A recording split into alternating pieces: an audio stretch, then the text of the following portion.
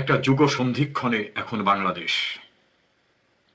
শান্তি নাকি সংঘর্ষ, স্থিতিশীলতা নাকি অস্থিতিশীলতা, দমন পীড়ন নাকি নাগরিক অধিকারের চর্চা, এমন একটি প্রশ্নের মুখোমুখি এবং ক্রান্তিকালে বাংলাদেশ দাঁড়িয়ে। এই সিদ্ধান্ত নিতে হবে বর্তমান ক্ষমতাসীন বিএনপিকে।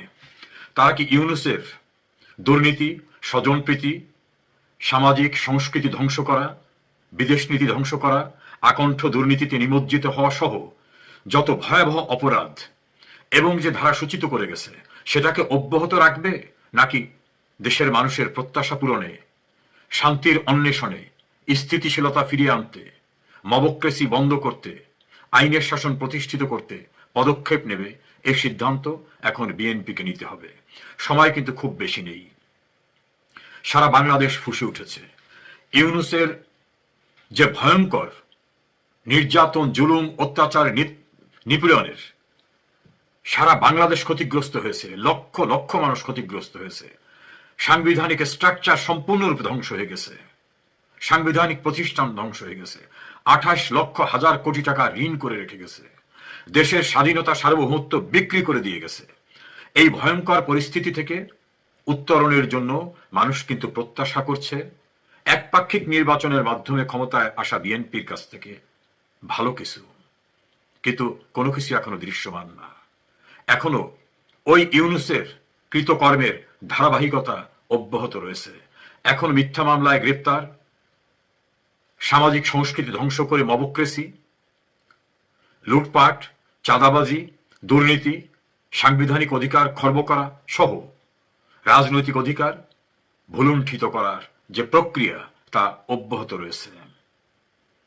বিএনপি ক্ষমতায় বিতর্কিত নির্বাচনের মাধ্যমে এলেও অনেকের একটা প্রত্যাশা সৃষ্টি হয়েছিল যে একটি স্থিতিশীল পরিস্থিতি আসবে। সে পরিস্থিতি এখনো আসেনি, বরং মনে হচ্ছে যেন ইউনূস জামানার এক্সটেনশন, তার ধারাবাহিকতায়। নিশ্চয় আপনারা লক্ষ্য করেছেন নোয়াখালী, চট্টগ্রাম, ফরিদগঞ্জ, যশোরের বাঘারপাড়া, খুলনা, পিরোজপুর, ফরিদপুর, গোপালগঞ্জ সহ সারা বাংলাদেশে একটা বিস্ফোরণের সৃষ্টি হয়েছে। 10 জন 5 জনের ঝটিকা মিছিল নয়, শত শত নয়, হাজার হাজার মানুষ বেরিয়ে আসছে।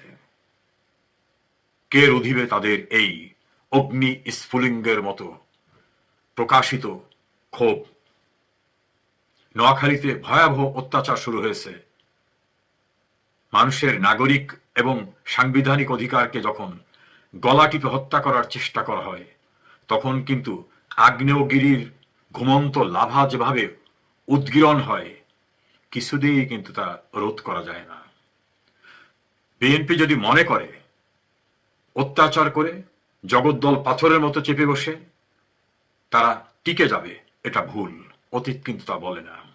সিদ্ধান্ত এখন বিএনপিকে নিতে হবে।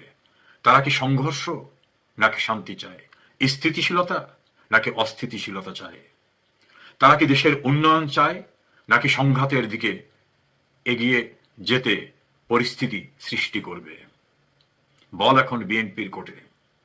তারা যদি বিভ্রান্ত হয়ে রং অ্যাডভাইজে ইউনূসের স্টাইলে অত্যাচার, নির্যাতন, উৎপীড়ন করে টিকে থাকতে চায়, দ্রোহের আগুনে পুড়ে ছাই ভস্য হয়ে যাবে। আমি আহ্বান জানাবো, অনুরোধ করব, সংঘর্ষ নয়, শান্তির পরিবেশ সৃষ্টি করুন। অস্থিতিশীলতা নয়, স্থিতিশীলতার দিকে এগিয়ে যাওয়ার জন্য পদক্ষেপ নেন। দেশের অর্থনীতি ভয়ঙ্কর পরিস্থিতিতে, সাংবিধানিক প্রতিষ্ঠান ধ্বংস, বিদেশের সঙ্গে সম্পর্ক নাই, সামাজিক যে সংস্কৃতি ছিল সেটা অভদ্র বেয়াদব তৈরি করার ভিতর থেকে সেটাকে ধ্বংস করা হয়েছে। বিচার বিভাগ, আইনের শাসন একেবারেই ধ্বংস হয়ে গেছে।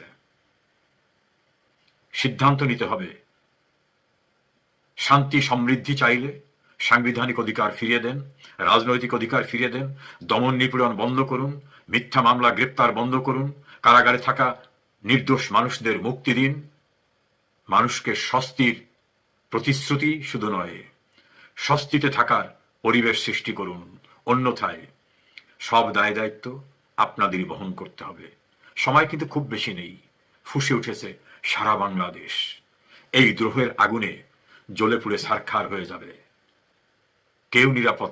ব্যারিস্টার রিজওয়ান করিমের গুরুত্বপূর্ণ বক্তব্য। সিদ্ধান্ত নিন, শান্তি নাকি সংঘর্ষ।